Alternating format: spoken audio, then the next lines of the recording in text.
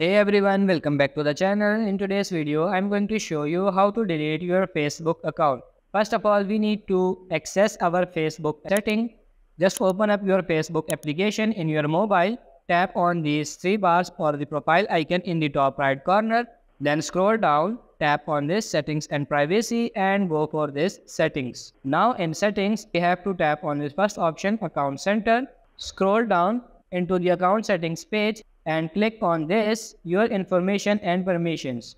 And at the bottom, you've then got the option for account ownership and control. You can then go and click on deactivation or deletion just here, and you need to go and choose the account you want to use, you want to do this for. And then what you can do is you can choose, you have to delete your Facebook account and then press continue. Facebook then asks you to give a reason, press continue.